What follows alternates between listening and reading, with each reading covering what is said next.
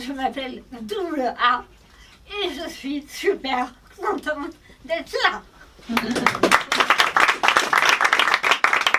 J'ai choisi de faire de l'humour communautaire. Est-ce qu'il y a des malades chroniques dans la salle? Même pas un petit sida?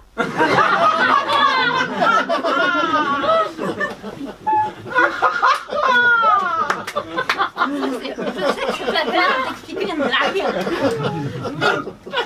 Mais les malades chroniques, c'est 20 millions de personnes en France.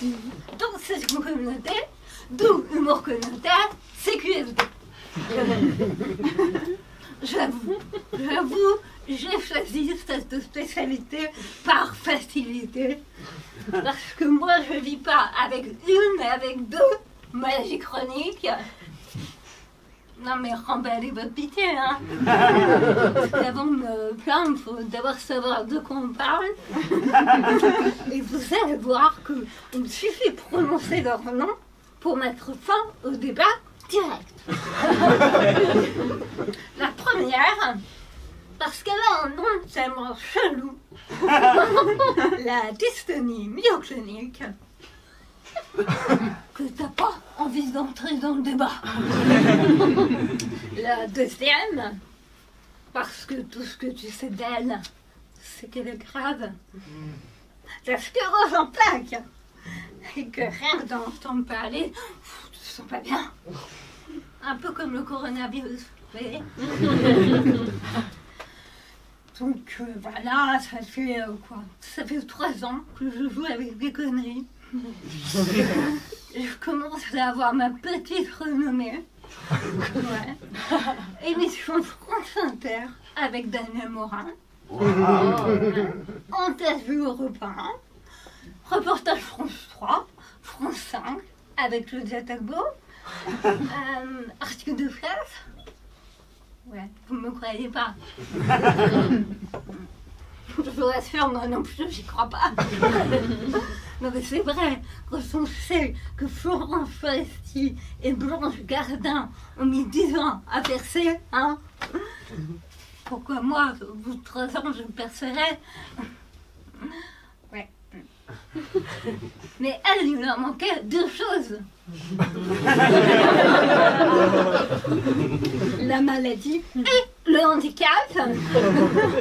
Oui, on peut être malade et handicapé. Ça s'appelle des cumulards.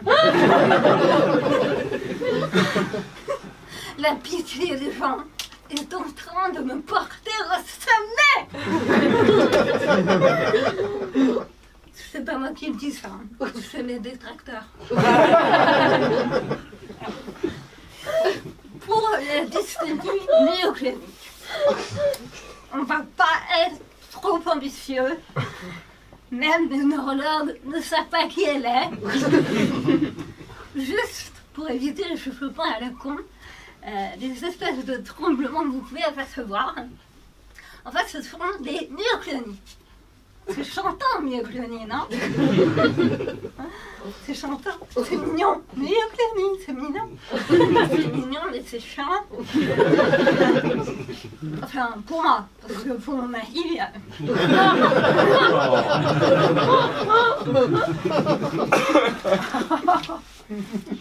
Blague de cul, check. Pour la sclérose en plaques, vous savez ce que c'est ou pas? Oui. Ouais? D'accord. À toi. Non, je déconne.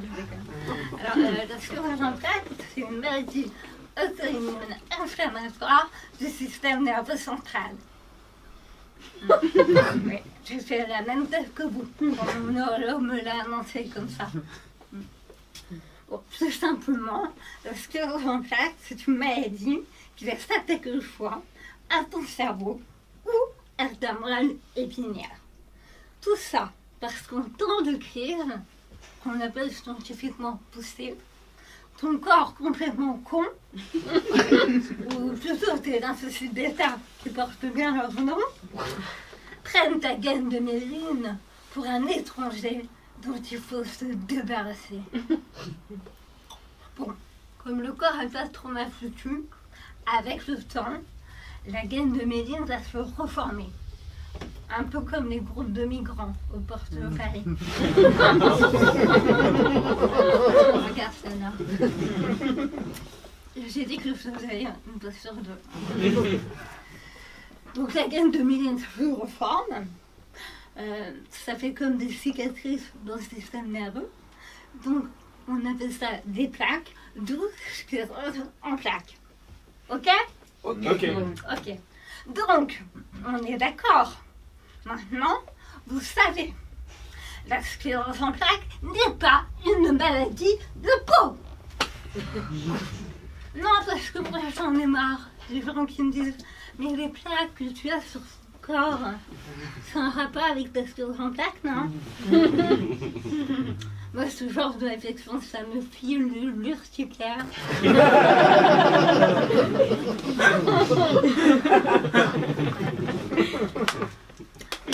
Après, c'est vrai que la sclérose en plaques, c'est grave.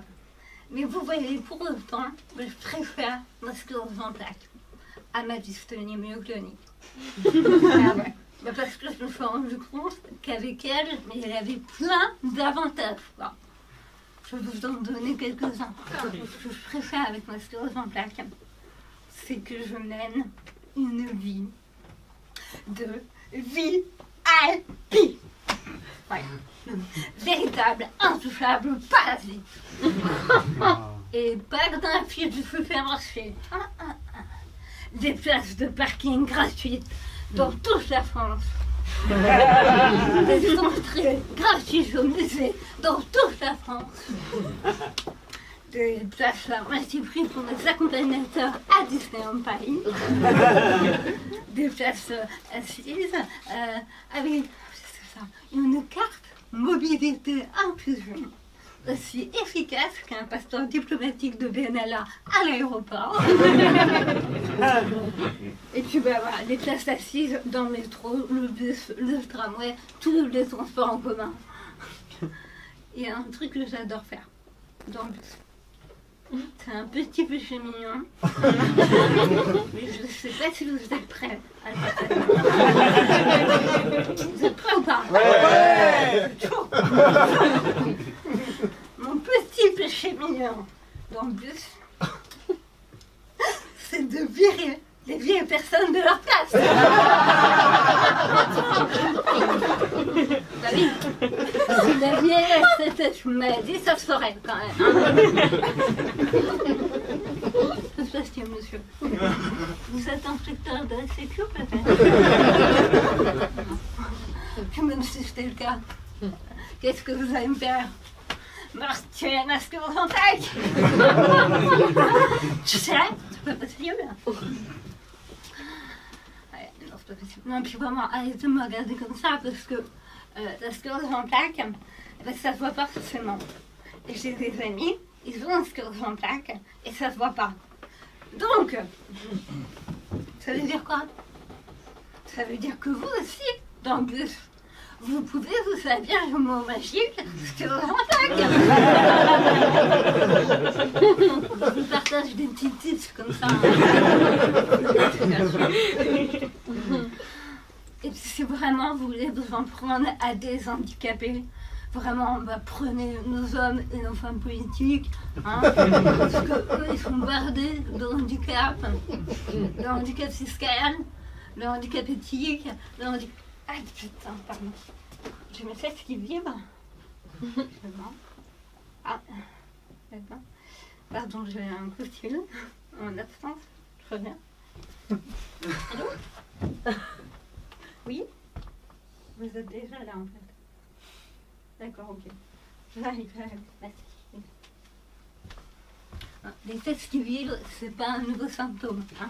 Je vais pas vous laisser parce que mon chauffeur est arrivé.